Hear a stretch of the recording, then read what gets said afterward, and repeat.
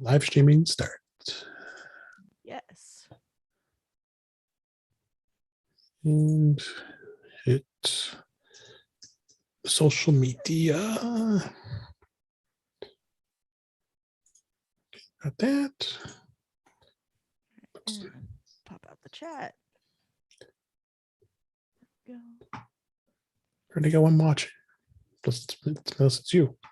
I was gonna say maybe it's me because I pulled up the page so I could pop out the chat. Probably.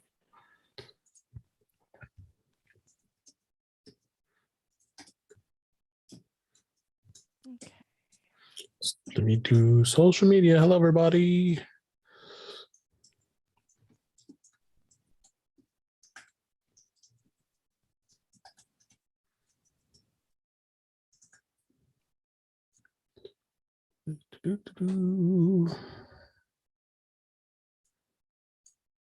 Copy that.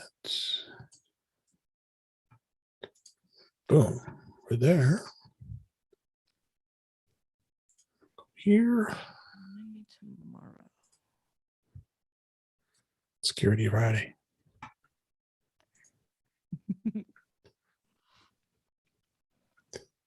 That. So I will tell you because it's not that big a secret. Okay. So I could say it live. Somebody here in Portland, whose name is Nate, went on Twitter one time and said, TMO Daily should stop calling it Security Friday and start calling it Secure Your Shit Friday. And I thought that was awesome, but that's where that comes from, because I'm like, because I replied to him and I said, I would very much like to call it that. And unfortunately, I can't get away with it, which is why every once in a while you'll hear that it's Secure Your Stuff Friday. Hi, Nate. Stuff. That's why. Because that's very like, see what I did there? Because I can't do the thing I would actually do there, but I would. So yeah, that's where. So hi, Nate is always, I can't say Secure Your Shit Friday, even though it's better. Hi, Nate. Hi, Nate. It's always hi, Nate. Yeah. Or like this week in Facebook, which is basically how Security Friday started. I was like, can we just do all of the what the Facebook news like on Friday so that I don't have to like talk about Facebook 4 days a week? And they were like, what if we just did security? And it turned into, what if we just did security news on Friday and took care of it that way instead? So that's where Security Friday came from. Was like, Facebook, could you not? Basically. All right, I'm going to start audio hijack. Can you hear me? I can indeed. And I can hear you. Should I be recording as well? You should not need to, because I record it on Zoom is the last place to record as a backup. All righty. Except when sometimes I forget. This time I did. This time I didn't. All right. We're at episode 177. Yes. And Warren's not here. He's not here. Me. It's because of me. He says it's not me. I know better. Dinner. You have dinner. Dinner plans are more important. Yes, but at the same time, a likely story, Warren. Yeah. All right. Here we go. 5, 4, 3, 2. Welcome to episode 177 of In Touch with iOS, a podcast that talks about iPhone, iPad, Apple Watch, Apple TV, and related technologies. I'm your host, Dave Ginsburg. My co-host, Warren Starr, is off this week, but I have returning guest. Always happy to have her, Kelly Gaumont. How are you doing, Kelly? I'm well, David. How are you? I'm doing good. We're another fun week of stuff to talk about with Apple, and I just came off of a birthday yesterday, so I'm a little high on that, but now I'm low. No, I'm not. Get a cake hangover? Is that what I'm hearing? Yeah, a little cake, little steak, some good dinner. So, but we got plenty to talk about this week. Some news of the week. Beta keeps going. I'm going to talk about this new service. You'll find out here just a bit, and tips. A good amount of tips here this week. So we should have a good lively discussion with Kelly this week. let's go ahead and start it off. And first story here is on Mac Rumors, Apple drops device trade-in prices in the US. That's sad. Apple today updated the iPhone trade-in site, dropping the maximum trade-in prices of almost all of its trade-in options. Trading in the 12 Pro Max, for example, will now net you $700, which is $90 less than it was a couple days ago after this was recorded. It is a great program, and I've done it in the past where it's if you just do a simple trade in and you get some money down towards a new iPhone.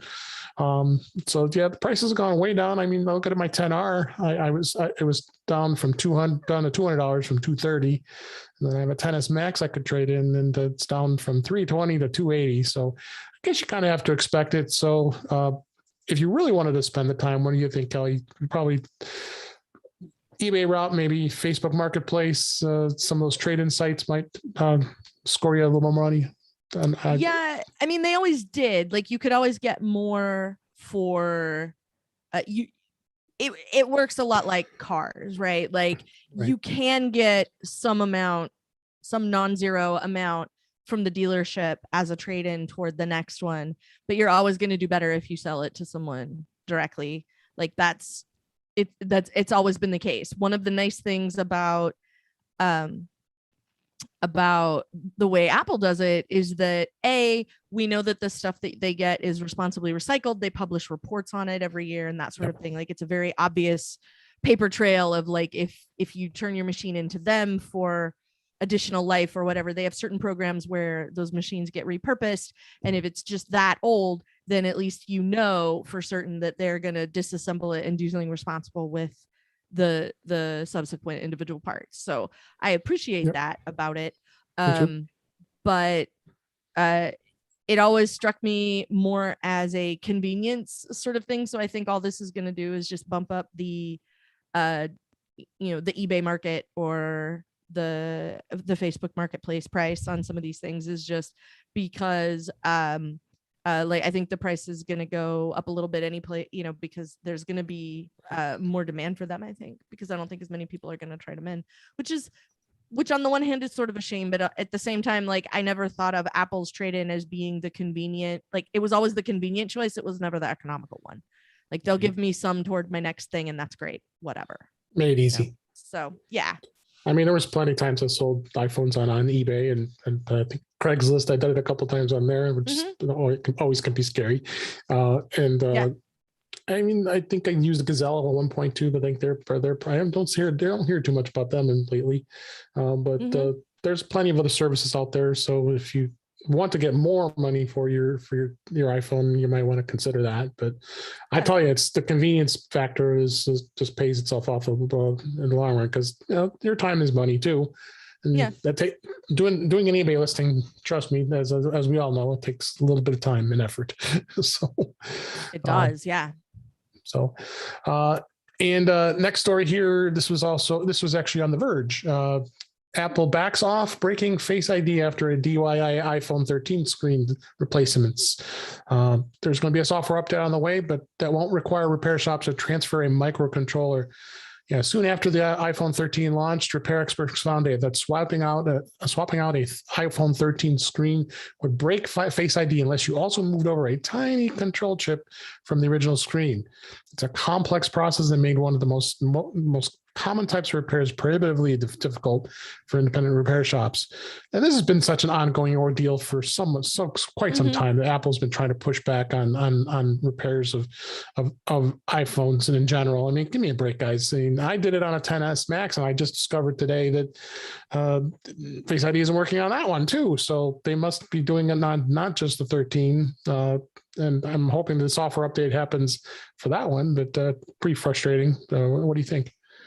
Yeah, I wish Apple would just get out of this game, because I feel like there has to be a middle ground between, like, this is a screen that can be reliably repaired by somebody who is not Apple and yet still be a completely functional device, et cetera, et cetera. Like, there has to be a way around this, I feel like. And so I really wish that this is one of those, like, I just sort of wish Apple would stop bothering with this, because I don't think it does anybody any good. And basically all it ever does is make Apple look bad, because this is the same sort of thing as we slowed your phone down instead of making the battery last for an hour and a half. And people were mad about that. And even when you explained it to them, they were still mad about it. And I feel like the right to repair stuff is just going the same direction. Like, it doesn't, there's no, however they spin it, it never looks good for them, because they still have to say out loud, like, it's better for us if you never take it to anyone but an Apple store and pay our prices for the things that could be fixed by the kiosk in the mall outside the Apple store, not having to bring it all the way in here. And I just wish they would ease up on it and be like, fine, screen repair is a thing, and if you bring it to us with water damage, it's still not going to be covered. But find a better place to draw that line. I feel like I agree, really where that needs to go. Oh, price too is what influenced me with the 10s Max. I wanted to have it as a spare that my sister-in-law gave me, and then she bought my 12 Pro Max, and that 10s Max actually used to be mine until she bought that one. But the pricing, it was $176 for a 10s Max through a third party. It was $329 through Apple. So that's quite a difference in price. When you want to save a little extra money on an iPhone, they want it to work. I mean, it's kind of unfair, if you ask me. Yeah, and especially because it never seems like, I don't know, like, it never seems like a good look, and it never seems like a thing that is unreasonable for them to be able to repair. You know what I mean? Like, I've never liked any of the right to repair scuffles, because the company never looks good in that case, ever. And whoever it is, if Google was doing this, I would say the same thing. I understand the place where they're coming from, where, like, we have to own it, and workmanship and repair and stuff like that. So have an actual repair program, just like you do for your other hardware, right? Like, there's Apple authorized places I could take my computer if it was having some sort of issue, and that place, while not an Apple store, would still be well within all of their rights and everything to resolve the issue that I'm having. If it's a hardware problem, they can work on it. All of that can be right. And everything would be fine. And they could just do that for phones as well. Make an authorized repair program, make people get certified for it, make people go through the rigmarole of making sure that they're maintaining whatever the standard is that Apple wants to maintain, but give people an avenue, because not everybody lives in a place with an Apple store. This is true. This is definitely true. So let's hope this fixes it. And like the article said, it's the Apple has not said yet when that is going to be released in software to allow it to work. So we'll see what happens. That is for sure. Next story here. This was in your place. This is some website called the Mac Observer. Oh yeah, that's it. New Apple Business Essentials brings device management for small businesses here. Written by our friend Andrew Orr here. Then you guys talked about this on Daily Observations, I know. We did. On Wednesday, Apple announced, that was this week as we record this, Apple Business Essentials, a subscription service for small businesses that'll cover device management, 24/7 Apple support, and iCloud storage plans. There's a free beta starting today. You can sign up, but there's going to be full service coming up next year in spring of 2022. And the plans start from you get up to 3 devices and 2 terabytes of secure storage in iCloud, starting $299 a month, I believe, for up to 3 devices. They bought, what was the name of the company that they bought? Fleetsmith. Fleetsmith, which I know I remember meeting them at a MacTech conference one year when I attended it. Yep. And I did too. I have a hoodie from them. They were really friendly guys. I love. I think I have a bag. I think I have a bag they gave me that I'll put all the stuff in. But yeah, kind of explain this, Kelly. What do you think with this? Mostly, I'm glad that it's. I appreciate it on a bunch of levels. Number one, this is something that I feel Apple has been working toward for a while, and buying Fleetsmith was one piece of that. Part of my day job, like yours, is IT and managing machines at scale. And so I use a number of different MDM platforms, or mobile device management is what that usually entails. And so like if you hear about Jamf, that's a thing that's one of these platforms. There's bunches of them out there, and I've used a bunch of them, and part of the problem sort of with all of them is that you kind of need someone whose whole job it is to kind of manage the devices and learn that platform and be like an expert in that. And one of the nice things about the Apple one is I don't think it's going to require that level of knowledge and that level of specificity in knowledge from somebody. So if, because there's a huge gap between, it makes sense for us to license and pay for an MDM for all the people and all of the devices that we have in our organization. And, like getting to that point where you have somebody whose whole job it is to sort of manage all the mobile stuff, like there's a huge gap between that point and we have enough stuff that we need to address the situation with the number of computers, the number of phones, the number of tablets, the number of watches, that are running around on our network. And we need to be able to get a handle on that. We need to be able to, get a view of what operating system everybody has. Are they up to date? Because like there's insurance policies and stuff too, that go into things now where cybersecurity is like another way that people have to insure their organizations. And so like if you're paying for business insurance, you're probably also paying for cybersecurity insurance, and you have to ensure that like backups are happening and that operating systems are kept current and all these sorts of things. And you have to have device management in order to get your hands around like how many machines are we talking about? How many phones is this? What operating system are they on? What shape are they in? Like depending on what sort of monitoring you're using, you can find out if a hard drive is failing on somebody's computer and things like that. So it's nice to have that sort of visibility into a system. And it's nice to also not have to spend a bunch of your time learning that.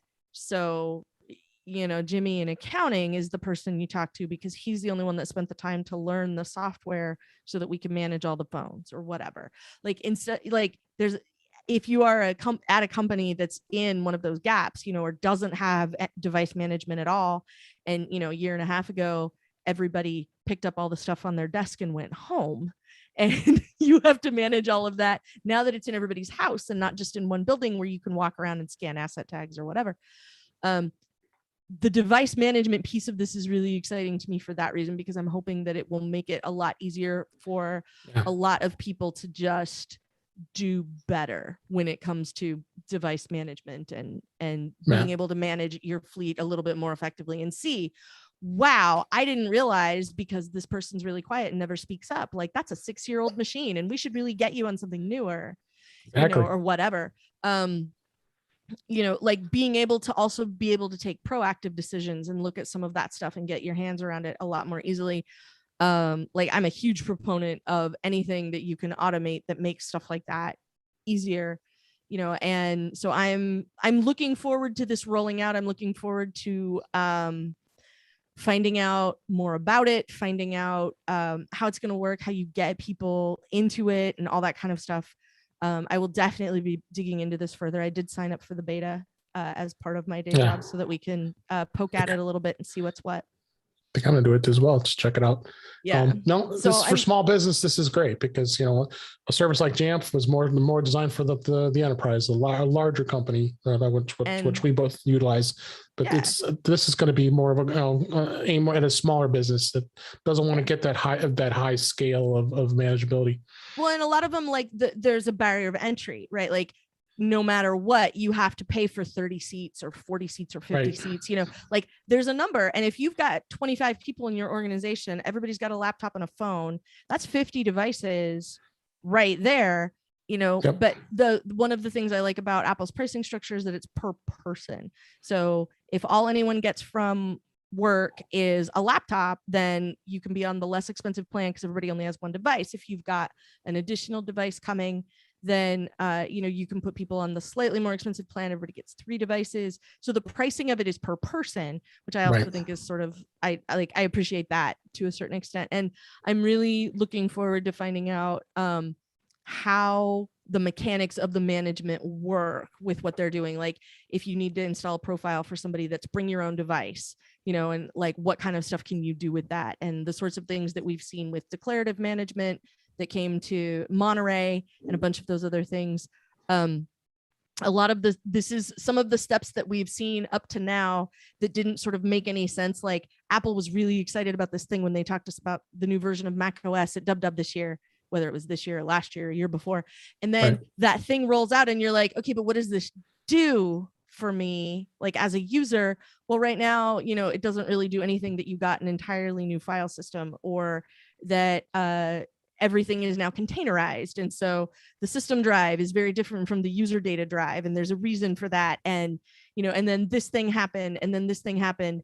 And, now you can stand here and look back at all of that and go, oh, well, now all of this makes more sense because like we've got the new erase all content and settings, in Monterey. And so like you can turn a machine into a fresh out of the box looking computer in less time than it's taking me to describe to you that there is now a method in Monterey where you can go in and go like basically erase all content and settings, and you let it reboot a couple of times. And now it's basically like you just took it out of the box and you can hand it to somebody.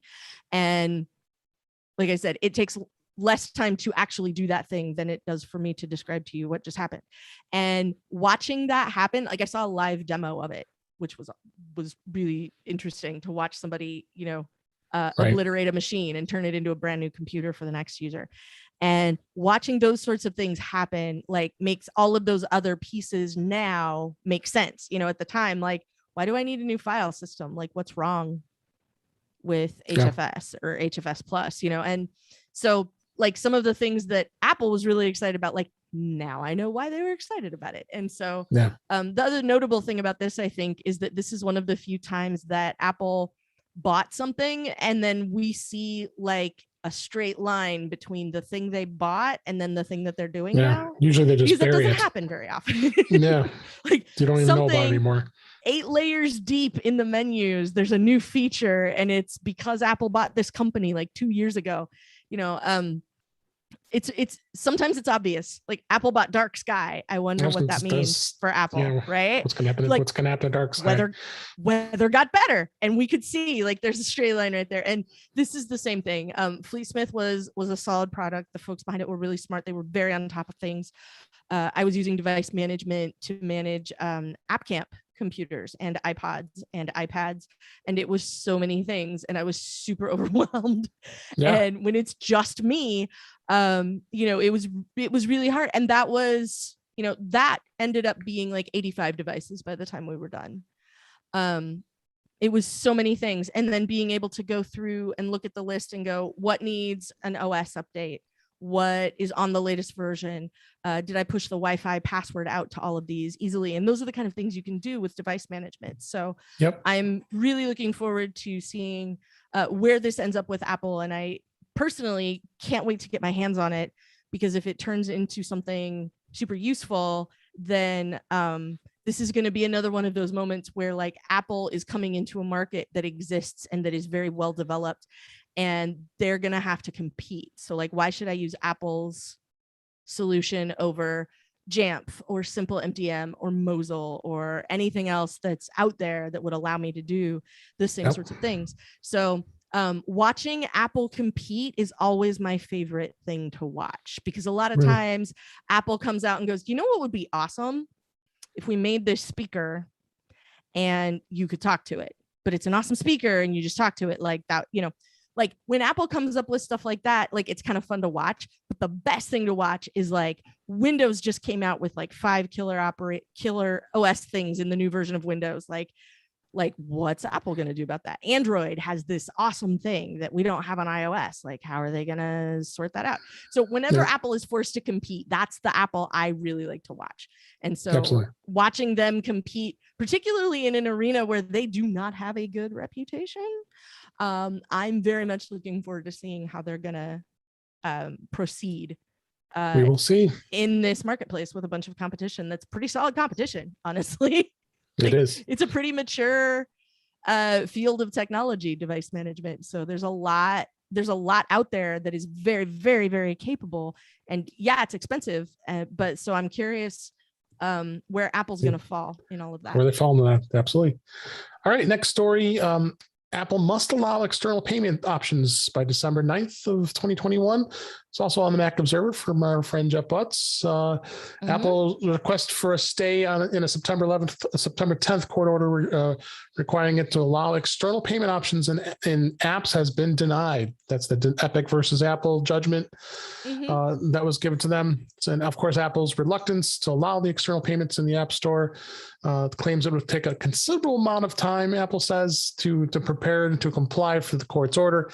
In a hearing this week, Apple claims it needs time to rewrite its anti-steering policy before it begins to allow external payment options. Cupertino also insists that it needs to evaluate safety and security measures to allow external payment links.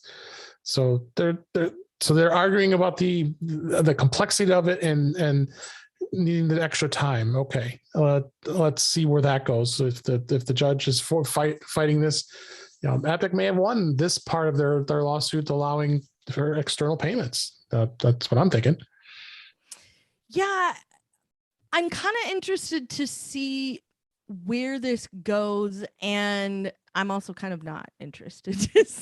Yeah, I mean, it's kind of. I mean, we've kind of ignored all the Epic versus Apple nonsense for the last few months ago, and now all of a sudden they have this little court order here that they have to now comply with payments. Yeah, and like on the one hand, yes, Epic had valid points, but on the other hand, like I just feel like they've kind of been jerks about it the whole way along, and I feel like they will be equally sore as winners as they would be if they are losers, regardless of how this ultimately comes out.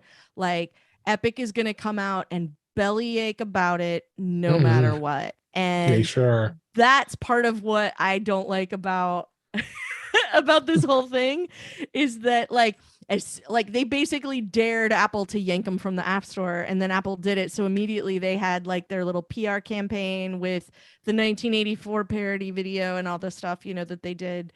Oh, poor us. Oh, look how put upon we are, and somebody described it as basically like if you're seeing a bunch of stuff about Epic versus Apple, all you need to know is that the $1 billion company is suing the $1 trillion company because they don't think they made enough money.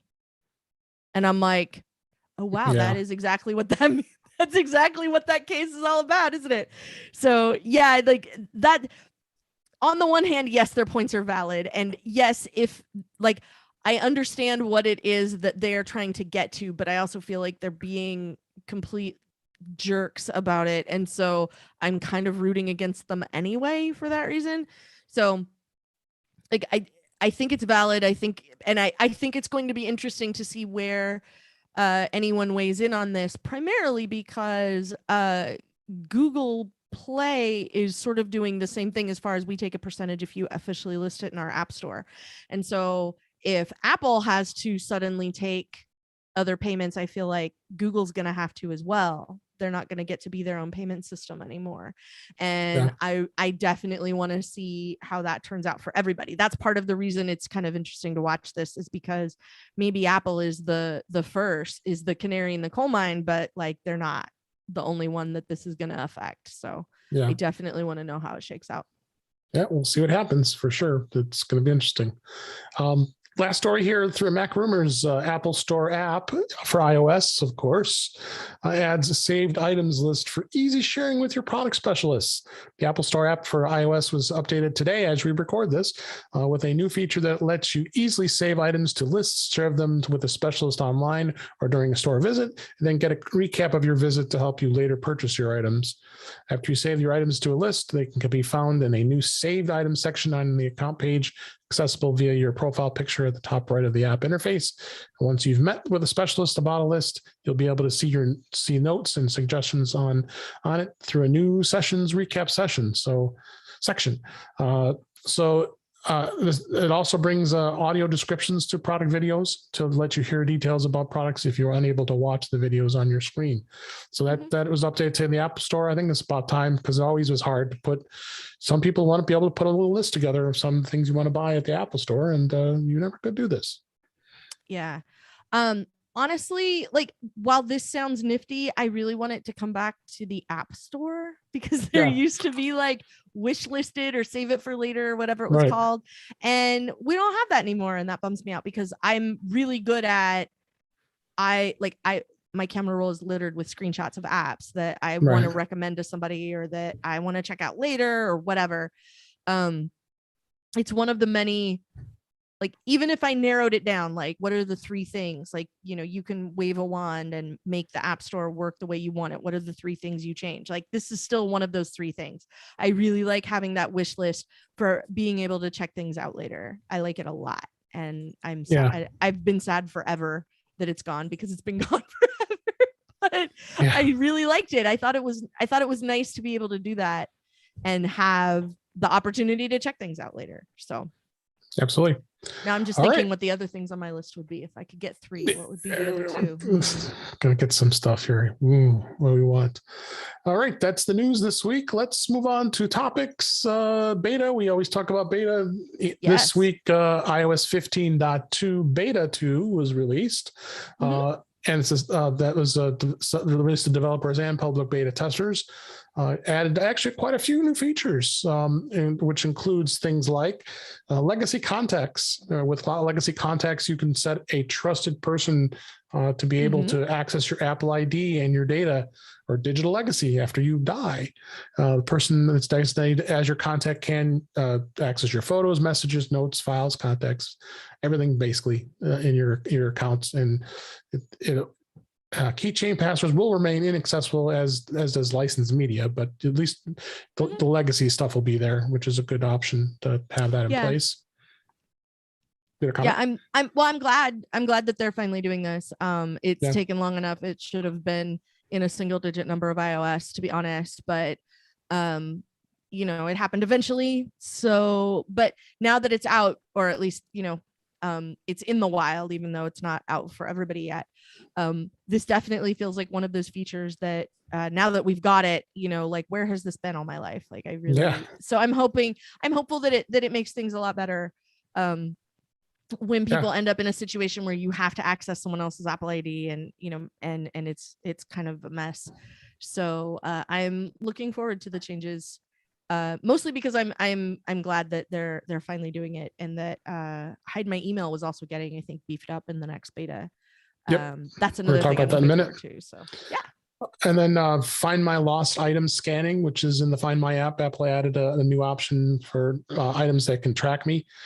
Tap on this allows users to search for nearby items that might be used to track their location. When activated, the unknown items you can scan for anything that's nearby, and we'll let users know either way if there's a device that belongs to someone else nearby. So there's also a help return lost items option, also scans for nearby devices that might be lost. So it's kind of like tracking for stuff and being able to find some where this item belongs to. So that should be interesting. Now I understand why Tile took them to court. Yeah. There you go. That's what, like, that. Now I get it. Yeah. And then the iPad OS TV app, they've introduced a new design. Features includes a sidebar, which makes navigation easier. I always found that to be a pain to navigate in the iPad. There's also a dedicated store tab in the TV app for accessing movies and TV shows that can be purchased. The new design and then the addition of the store may help separate Apple TV Plus content from paid content, which always was confusing to try to find. So good they did that. You have always on dark mode for CarPlay Maps app. I can't wait to try that in my car. You can put CarPlay in dark mode. And then as you just mentioned, the Hide My Email is going to be in the Mail app itself. You can use the Hide My Email directly from the Mail app after installing the 15.2 beta. When composing an email, you just tap from field and select your Hide My Email option to generate a random email address, which is sweet. So now you can, even though you'll get it, it's just going to be random, so they can only can send it to that email, and then you can get rid of that email once you start getting too much spam. I really like Hide My Email. I'm really glad that it's finally a thing that's happening. Oh, here's the mention too, display repair restriction changes. So maybe 15.2 is going to fix it, as The Verge mentioned, we talked about in the news earlier here. That will change an iPhone 13 policy. What's iPhone 13? I'm gonna go put beta on this now, on this X Tennis Max. I hadn't done it yet. So let's check, see if that fixes that. So yeah, I'm glad they fixed that. So we already know what that is. So it looks like 15.2 is going to fix that. Then communication safety, Apple's enabling communication safety in messages for children. Right. Yeah. This was, I remember this was, it was a big hoo-ha when there were all the privacy concerns about this CSAM, which still has, I guess they're saying it's still functional, but it's still in development. So it's going to help with, this photo is sensitive, you want to view it, and that's good. Then, of course, bugs. We always know this is going to fix some bug, and they don't really never tell you what it is. So that's coming. WatchOS 8.3 beta is out, and then tvOS, of course, 15.2 is out as well. And neither one have anything really notable that it never really does, actually. Yeah. So, and so that's good news. That's good news. So you're running one of your devices on beta? I am not at the moment. Okay. But it's been sort of nice that the betas have continued apace. Like as soon as 15 or as soon as 12.01 dropped, like there was a beta for Monterey, like the next day. And as soon as we got 15, like we're on, the second big beta cycle of like new features that are coming to iOS 15. So I'm just glad to see that the beta program seems to be going along pretty smoothly. Seems like it for the most part. June and July are never good months to be installing betas anyway. So like now that we're later in the cycle for these, it definitely feels like we're getting sort of normal betas. Like a lot of the bolt tightening has already happened, and we're getting to the point where it's going to be something you can install on older devices, because some of the optimization, like for battery and speed and stuff, that comes on, installing stuff on older hardware, we're getting to that point where that stuff is gonna start dropping in silently, and you'll just notice on your older machine like stuff is running a lot better than it did. So absolutely. All right, so that's beta, and I have a story to tell this week. It involves some interesting things that happened to my Apple Watch.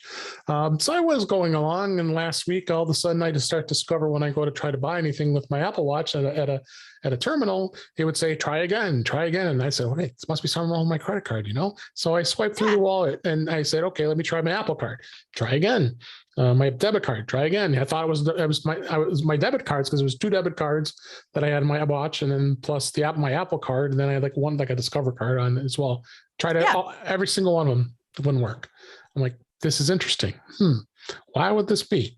I don't know why. So I got to a point where I contacted Apple support, because I wanted to just kind of get a console, and this should not be happening. I sure hope my Apple Watch isn't having a problem. So turns out the simple fix was to unpair my watch and then pair it back again. Now, of course, we know that's a pain, but it actually has gotten a lot simpler than it has in the past, when you've had to unpair your watch, and then you're like, oh God, now I'm gonna have to set it up the way I want again and all that. But they've done a really good job of with the backup and being able to restore it very simple and easy. So as soon as I restored it, of course, it remembers all the cards I had, so they'll automatically add them. Of course, you got to get the 3-digit codes for every card again to put them in to authenticate them, except for the Apple Card, of course.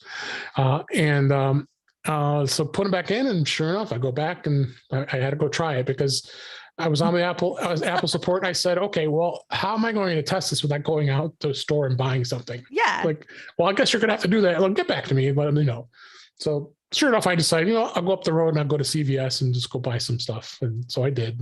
Yep. Sure enough, it worked. So just be aware of that. If you ever get a weird bug like that happen to you, when it comes to Apple, the wallet app, that you may have to restore your watch in order to get it to work again. So, okay, very strange. So, that is weird. And another thing I wanted to talk about. I did an actual review of these folks back on episode 138. I was with Mr. Michael LaPlante, and this was a service called Pod Swap, and what they did. Yeah, what they did was you would take, I still have them sitting right here in front of me here. My first generation AirPods. The batteries were not very good. They would last, if I was lucky, an hour. And they had a service that you traded in, you sent in your AirPods, not the case, but the AirPods, and they would send you back a new pair that had new batteries in them. So great service, $60. Go back and listen to that review of that. But these gals, so it's Emily and Emma, who are the co-founders of this company, have now come up with a new company called Phone Swap. And now what they're doing is they're going to easily allow you to swap your older iPhone for a new one. So I went onto the site, and actually I talked to somebody from on their site earlier today, and I wanted to kind of ask what you do. So if you go, the link's in the show notes. So it's thephoneswap.com. So you can go in and so here I did was I went in and tried. I said my current phone is a 10s Max, and then all they do is ask you a couple questions. Is it free of any cracks, any screen cracks, or any that kind of stuff? And then, and it works and it's clean. You say, okay. And then, so now they gave you three options here. They have the simple swap, the smart swap, or the super swap. Right now, the smart swap is out of stock. So I had a feeling that's probably the iPhone 12 or the 12 Pro Max. But so for a simple swap, if you wanted to swap, let's say to an iPhone 11, they have that. This is 128 gig iPhone 11. With the trade, it would cost you $175. Not bad for an iPhone 11. And if you wanted to even go bigger, if you wanted to have an 11 Pro Max, it would move it up to $325, which I don't think is as good of a deal because it's giving you only a 64 gig space versus the 128 on the 11. So now that I look at that's not such a good deal. But I like how their business model is, because it's very simple. You're just going to send. They send you a phone, you send the other one back. And a real simple service. I thought it's an interesting way of getting a new iPhone. And I think it all depends on how competitive they're going to be with their devices. They do trade in. They do trade in the 11 Pro Max all the way down to the iPhone 7. So you can trade in the 7. I'd be curious. Let me see what the price of the 7 is. You just say it's in good condition. Is it paid off? And it perfectly matched the swap. So. Yeah, so now you could trade in your iPhone 7 for an iPhone 10 for $250. And if you want to trade in your iPhone 7 for a 10R, it's $250 as well. Or you can go $400 and get the iPhone 11. So kind of interesting. Right. Yeah. So I like these kind of services, and because I think even when you go to like a Gazelle or any of those other services that you can trade in your phone, they give you cash back for it. But this is like an instant way of getting a new model and trading it in real simply. So just to go back to that, like we were talking about before with the trade in at the Apple Store, like just another way to make it a super convenient option to do something else with that device. So yeah, I like it. Absolutely. So check them out. I highly recommend it. Like I said, I had a great experience with the Pod Swap, and I can't imagine you wouldn't have a good experience with the Phone Swap service as well. Their link is the link to this is in the show notes. So check those things out. So I got a book for my birthday, and I thought it was kind of a fun book. And it is a book called Apple Design, and I'm showing it on camera here if you can see it. And if I remember correctly, Apple actually had a book that had show all of Johnny Ive's designs, and it was pretty expensive. It was like a couple $100 if I'm not mistaken. Yeah, it was not cheap. So this one here, actually, I looked it up, and it's now the link I sent on the Amazon. It's about $32, but still not too expensive. But I think. It's got some really good quality. So there's, I think people look on camera there. I think it's, really, really well laid out. Shows the design. I think I even found there's the iPad and the original iMac, and it's got the iPod Hi-Fi. Who can ever forget that? Neat little thing I recommend that to take a look at to see if just to have a coffee table book, and if you see the book here, even has he has a notch in the hair too, which I found to be interesting. I don't know if that was matching the notch for the iPhone, but check it out. I put a link in the show notes for that as well. So interesting book. With that, let's go into some tips. All right.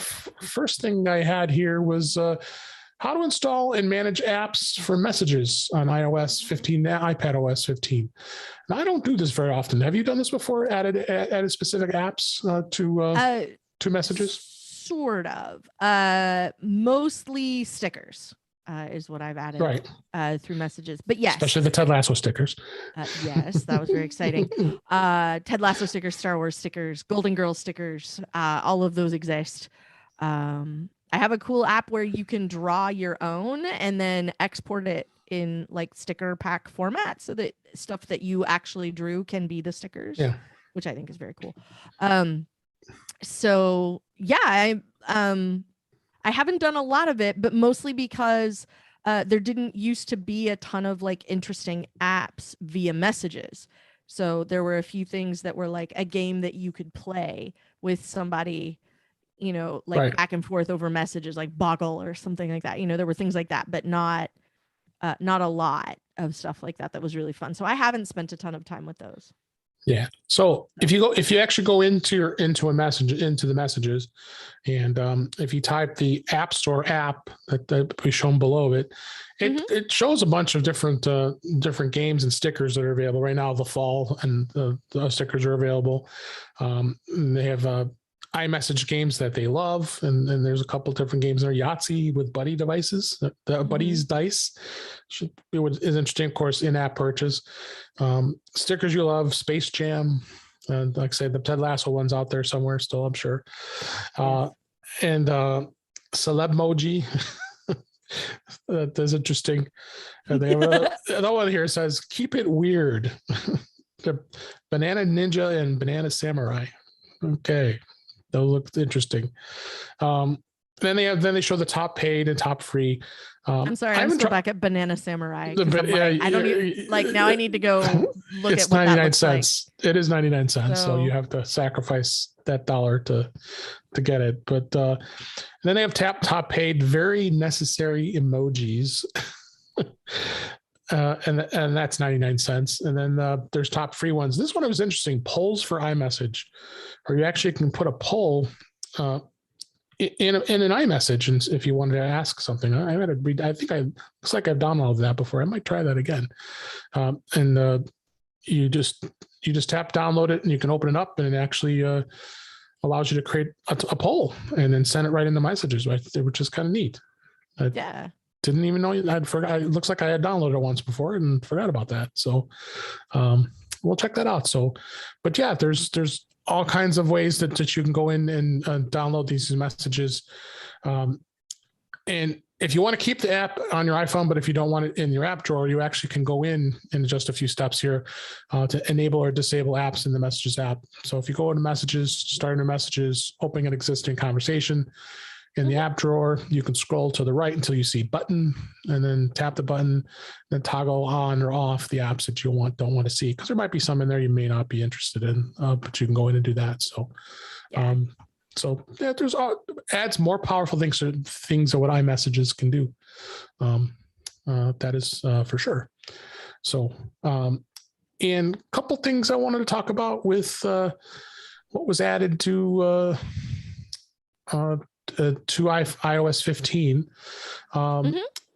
First one was copying links from a tab group. I think Safari has become very, very powerful when it comes to that, and then being able to copy those links is very easy. And the way you do that is you open up the tabs group, which is down as you tap the tabs group here, and you tap a group's name, or if you have the bottom of the screen, you can edit and create those tabs group in a card menu. you tap on the circle ellipse next to the tabs group in question, and then you copy links. But what that allows you to do is be able to copy the links, and then if you want to paste them right into, like, let's say a notes app, you could do that, which is really cool. So yeah, so you tap the tabs button, you go to the 2 tabs, and very easy to go through and click it up and edit and tap edit, and then you can tap the ellipse and copy links and each of those tabs that are open. So if you're one to open up many tabs, and I just found out the other day that a family member had over 500 tabs open. I'm like, no, they didn't, because you can't ask me how I know. I know, I remember, but she had, when you get to 500, it goes, you got to close one. So yeah, that's what I'm saying. She had 500 because she was at max. So, yep. But that is really cool, because on the fly, if you're looking at the tabbed apps here, it is a cool thing to be able to copy those, because we do that all the time. I know, at least I do. Checking a lot of different websites, and you want to copy and paste them real quickly into a note. You easily can do that. The other tip I wanted to talk about was being able to mute notifications for individual apps, and that gives you a really good option, being able to mute specific apps. That makes it really easy to keep it from bothering you. Really, is what it is.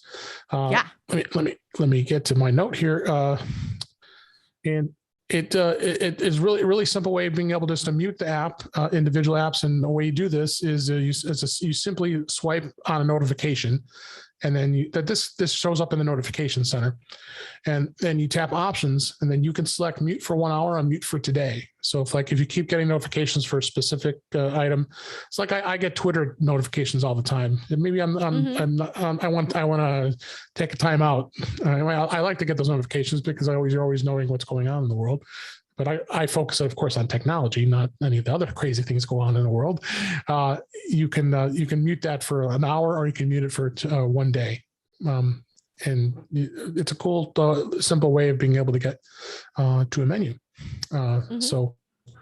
So very cool kind of things as well. So the other thing I want to talk about was the accessibility, and being able to change dark mode on a specific app. Now, Amazon is probably the most common app that you can't change it to dark mode, and at least they haven't offered that option on the app just yet. Yeah. So if you go into settings and you go into accessibility, and then you scroll all the way down to the bottom under general, there is a per app settings. So if you go into there, you can add an app. So in the case, I added Amazon. So if you tap Amazon, so now you can change all of the settings specific to the app, because that was always whenever we would use accessibility. And of course, accessibility is good for someone who's vision impaired or hearing impaired. Well, in this case, you can go in and, let's say you want to change display text sizes. You can go in and change bold. You can make bold text, larger text, buttons, shapes, increase the contrast, reduce the transparency. So what you do in this case is you go down to smart invert, and then you can turn that on or off, or set as default. So if you turn to on that specific app, then you go into Amazon, you will now be able to see Amazon is in dark mode, which I kind of like. Wow. Yeah. So I thought that was a really cool, really cool feature. So check that out. Another tip, cool. Another tip, which I'm sure most people know, but maybe not. If you're in Safari and you want a quick way to refresh a page, you just have to go at the top of the page and swipe down. It'll automatically refresh the page, because sometimes you might be at a site. If you can go through and just swipe down, it gives you the option to really do a quick refresh of the page and have that. So. Anything that's been standing out for you with iOS 15 as of late, Kelly? No, but only because like a lot of the stuff that I tend to recommend is not necessarily new. So Like Control Center seems more responsive to me in iOS 15, and that may be made up. But it seems a little perkier. And so I think it was last time I was on the show with you that I was trying to sort of plead the case for go spend a little time with Control Center, and it will make your life better if you can turn Control Center into something that is actually useful and helpful to you, and go make some edits and put the right things in there so that you've got what you need. I put magnifier in there for my mom on Control Center, and like it changed her life. Like she uses it constantly for things. So I do too. And she didn't even know that was a thing her phone could do for her until I showed it to her. And I think it's also partly just awareness, I would say. Finding out that my stepdad, for example, he watches football, but he watches with big over-ear headphones on. So he doesn't hear if his phone goes off because his daughter is texting him to talk smack about the football game they're watching. So he was missing all of her messages and missing the opportunity to trash talk. And so I pointed out to him at one point, I know you set your phone there next to the, on the table, next to the chair where you're sitting. So you can have it flash so it'll catch your eye so that you don't miss a text message anymore. And that was such a better thing for him.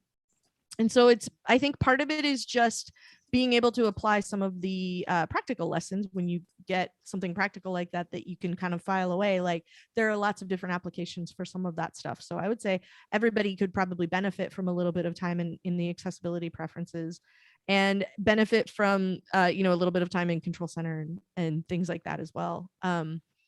Like deliver quietly. There's just sort of things I end up rediscovering in new versions of the operating system. Like the most recent one that I rediscovered was that having a notification pop up for you could be the only time you ever see it, because that's a separate line item in the preferences than show in Notification Center. So you can have stuff like show you the garage door opened or whatever, and not have it show up and have like an endlessly scrolling list of notifications later. And finding out that some of those things that can be really transitory, you don't have to worry about having them at the bottom of your notification list all the time. So sometimes I just get reminded of stuff like that every so often. I'm like, oh yeah, I should really remind people of that. So it's just one of those things that because like at this point, it's been going on for so long, and we've had iOS for as long as we've had all those sorts of things. Like it sort of gets forgotten, I think, in some ways. So it's one of those things like I never know what everyone else doesn't know, and that kind of thing is always, hey, well, remember, so there's always like stuff you have to, sort of relearn when it comes to those sorts of things. So like I always have a tip for somebody, because I just had a conversation with somebody else about, well, remember there's that thing you can do in iOS that solves that problem. Oh, that's right. So it just sort of happens all the time. You're just continually reminding people, like, you can set the white point so that it can be even darker in the nighttime if you want. You can set the brightness on the flashlight. You can, whatever it is, you can always, make that adjustment or do that thing or what,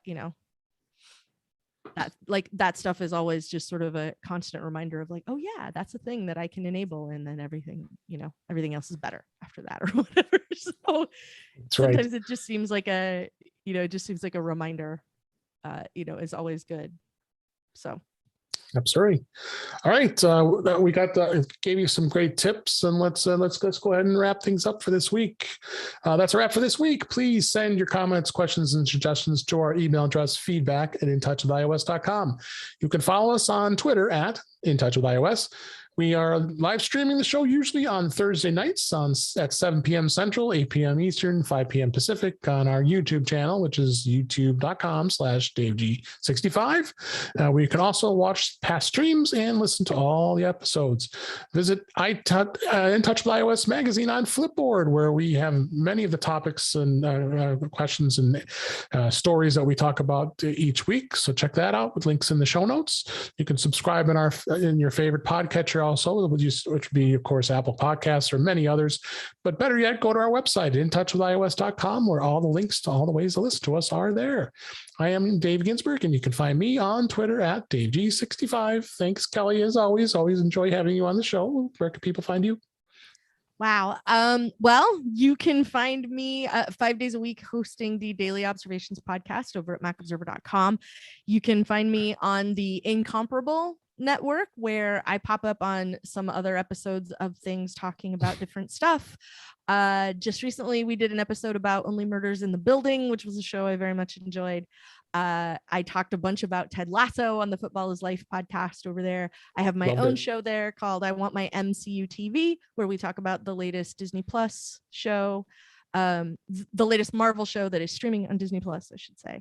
And you can hear me on an upcoming episode of Automators with David Sparks and Rosemary Orchard. Nice. And you can find me the rest of the time on Twitter, where I am Verso. Yes, I'm going through Ted Lasso withdrawal, I must say. We have a whole nother year to come wait until the next third season comes. So you can rewatch with the podcast where we were watching live. Like, yeah, I'm sure there will be a rewatch before season 3 starts. I'm sure we'll do season 2 again anyway. We did a season 1 rewatch in the run up to season 2, and then season 2 got sort of instant episodes. Like the show came out on Friday and we would record something on Saturday that got released later on Saturday. And then, so I'm sure there will be another round of nerds nerding out about Ted Lasso. I'll be listening. That's for sure. And I hope you enjoy listening to the show this week. We had a lot of fun doing it, and lots of stuff to talk about. And I'm glad you were here. And for that, we appreciate you listening, and we'll talk again soon. All righty. That's fun. That was fun. It's always fun with you. You always do a really good job of like hustling through a lot of information. Sometimes we have a hard time with that on Daily Observations. Yeah, and I have to be careful. Sometimes I talk a little fast. Yeah, it's okay. You can always slow it down.